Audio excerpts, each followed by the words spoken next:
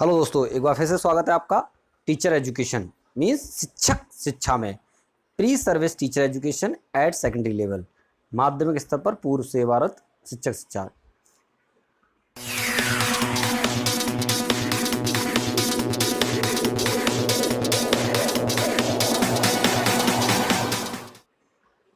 Hello दोस्तों, मैं हूं आपका दोस्त अभी सिरोही और आप देख रहे हैं चैनल सक्सेस पॉइंट आगरा। चलिए अब हम इसमें स्टार्ट करते हैं। आज हमने पहले प्री सर्विस को देखा प्राथमिक स्तर पर, आज इसमें हम देखेंगे माध्यमिक स्तर पर। ठीक है ना, pre service teacher education at secondary level यानी कि माध्यमिक स्तर पर पूर्व सेवारत शिक्षा का इसमें देखेंगे प्रकरण। और ये हमारा जो वीडियो है वो पार्ट डी है। इससे पहले 3 पार्ट और बना चुके हैं, उनको अगर आप चाहें तो देख सकते हैं। चलिए प्रारंभ करते हैं। माध्यमिक स्तर पर पूर्व सेवारत शिक्षक शिक्षा के 2 भागों में बांट सकते हैं। ठीक है ना, pre service teacher education at secondary level. इसके कौन से 2 पार्ट्स हैं उनको जरा समझते हैं। पहला पार्ट इसका है आपका, जो पहला पार्ट हमने रखा है वो रखा है माध्यमिक स्तर यानी कि सेकेंडरी लेवल। ठीक है ना। अच्छा, इसके साथ ही हम देखेंगे कि इसमें दूसरा जो पार्ट है माध्यमिक स्तर का ही, वो आपका होगा उच्च माध्यमिक स्तर। ठीक है ना, उच्च माध्यमिक स्तर मतलब सीनियर सेकेंडरी लेवल। ये चीज़ 2 स्तरों में हमने डिवाइड किया हुआ है। चलिए आगे देखेंगे इसमें कि माध्यमिक शिक्षा यानी कि माध्यमिक, हमने प्राइमरी शिक्षा के बाद यानी कि हमने जो प्राइमरी शिक्षा पढ़ी थी उसमें टीचर्स एजुकेशन के बारे में अध्ययन किया था। तो उसके बाद आता है सीनियर एजुकेशन यानी कि सेकेंडरी लेवल। तो सेकेंडरी लेवल पर जब आप पढ़ रहे हैं तो मैं आपको एक बात और इन्फॉर्म कर दूं कि जितने भी कैंडिडेट इस बार सीटेट देने वाले हैं या यूपी टेट देने वाले हैं, और ख़ासकर जिनके बीएड बीडीसी के एंट्रेंस एग्ज़ाम हैं या एग्ज़ाम हैं, और एमएड में जो 301 पेपर होता है बी, उसमें भी ये बहुत काम आएगा। ठीक है ना, इसी को हम समझते हैं ज़रा। तो माध्यमिक शिक्षा का अर्थ यानी मीनिंग ऑफ सेकेंडरी एजुकेशन, सबसे पहले हम इस पॉइंट को समझेंगे, उसके बाद इसमें फिर आगे चर्चा करेंगे। तो हमारा पहला पॉइंट है माध्यमिक शिक्षा का अर्थ। तो अर्थ में देखते हैं, माध्यमिक शिक्षा का अर्थ है मध्य की शिक्षा। यह शिक्षा का दूसरा सोपान है। प्राथमिक शिक्षा प्रथम और विश्वविद्यालय शिक्षा अंतिम सोपान है। ठीक है ना, ये चीज़ें हम इसमें अध्ययन करेंगे। तो आगे बढ़ते हैं। भारत में माध्यमिक शिक्षा के 4 रूप मिलते हैं, यानी कि हम 2 भागों में बांटने के बाद अगर हम इसको देखें तो हमारे यहाँ 4 रूपों में इसको अलग अलग तरीके से नियोजित किया गया है। ठीक है ना, हम चारों रूपों को आराम से समझने की कोशिश करेंगे।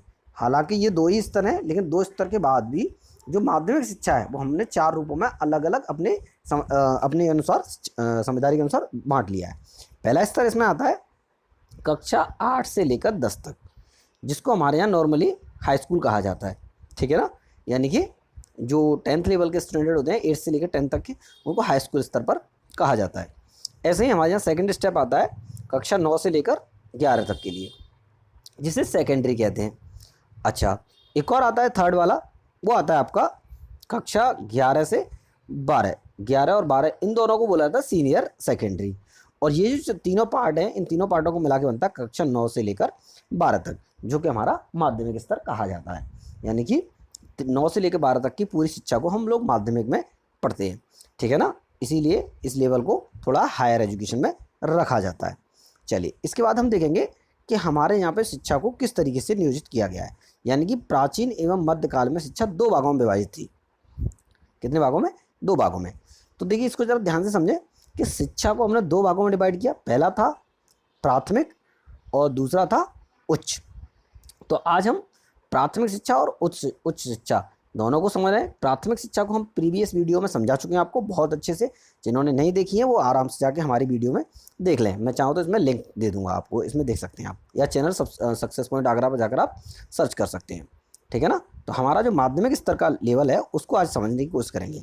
माध्यमिक शिक्षा का आरंभ ईसाई मिशनरियों द्वारा किया गया, जिसने प्राथमिक शिक्षा पास बालकों के लिए अंग्रेजी माध्यम के माध्यमिक विद्यालय खोले।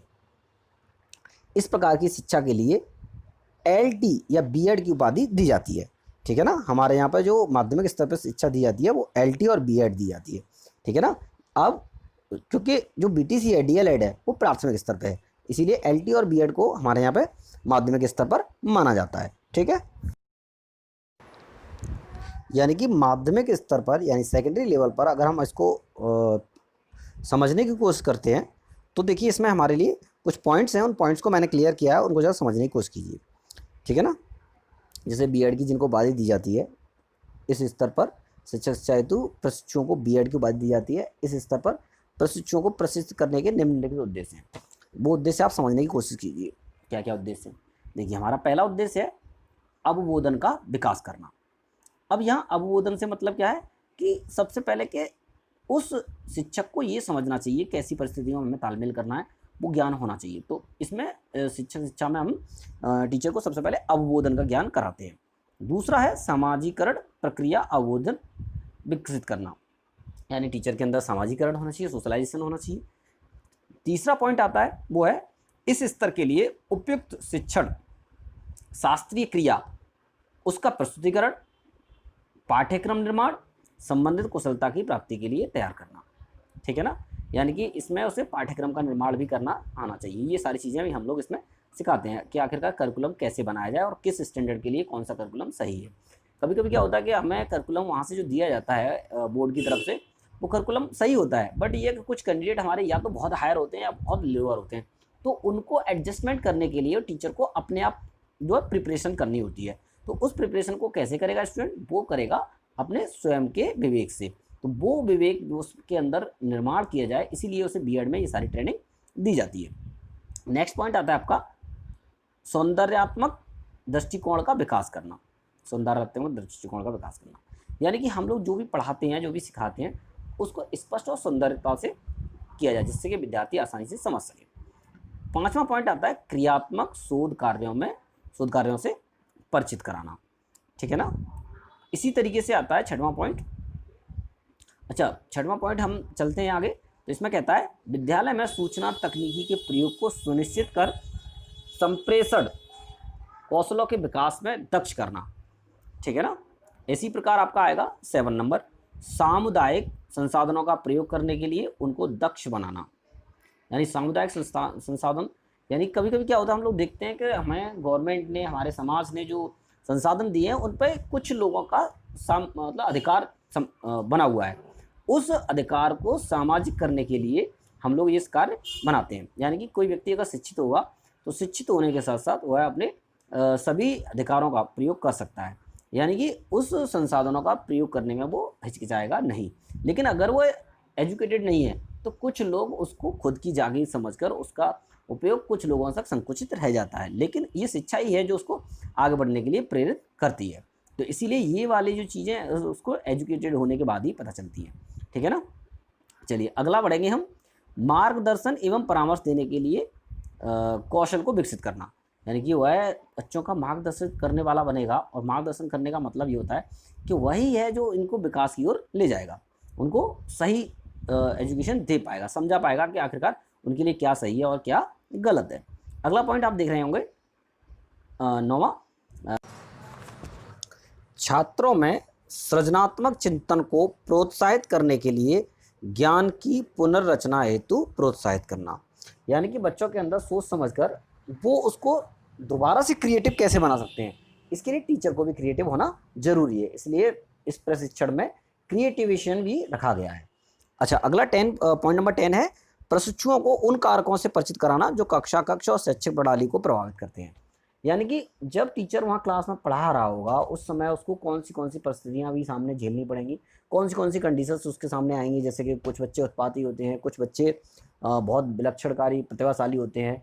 तो कहने का मतलब ये है कि प्रतिभाशाली बच्चों के साथ एडजस्टमेंट कैसे बिठाया जाए उन कमज़ोर बच्चों के साथ जो वहाँ हैं। तो इन सब एडजस्टमेंटों को परिचित जो समझने के लिए टीचर को ट्रेंड किया जाता है। तो ये सारी ट्रेनिंग टीचर को जो दी जाती है वो इन चीज़ों में आती है। अब अगला हम जो देखेंगे नेक्स्ट जो हमारा टॉपिक आने वाला है, देखिए वो हमारा जो नेक्स्ट टॉपिक है वो है माध्यमिक स्तर पर पूर्व सेवा शिक्षा का पाठ्यक्रम, यानी करिकुलम ऑफ सेकेंडरी लेवल। ये हमारी नेक्स्ट वीडियो है। और मैं आपको बता दूं, यूपी टेट या सी टेट का कोई भी आपको कंटेंट चाहिए या कोई भी सिलेबस चाहिए तो आप प्लीज़ हमारे चैनल को सब्सक्राइब करके उस पर कमेंट कर दीजिए, और वो आपको विदिन 2 आवर्स आपको मिल जाएगा, ठीक है ना। अगर आप PDF चाहेंगे तो PDF में भी आपको हम प्रोवाइड करा देंगे। तो प्लीज़ एक बार इस चैनल को सब्सक्राइब कर लीजिए। मिलते हैं अगले वीडियो, तब तक के लिए।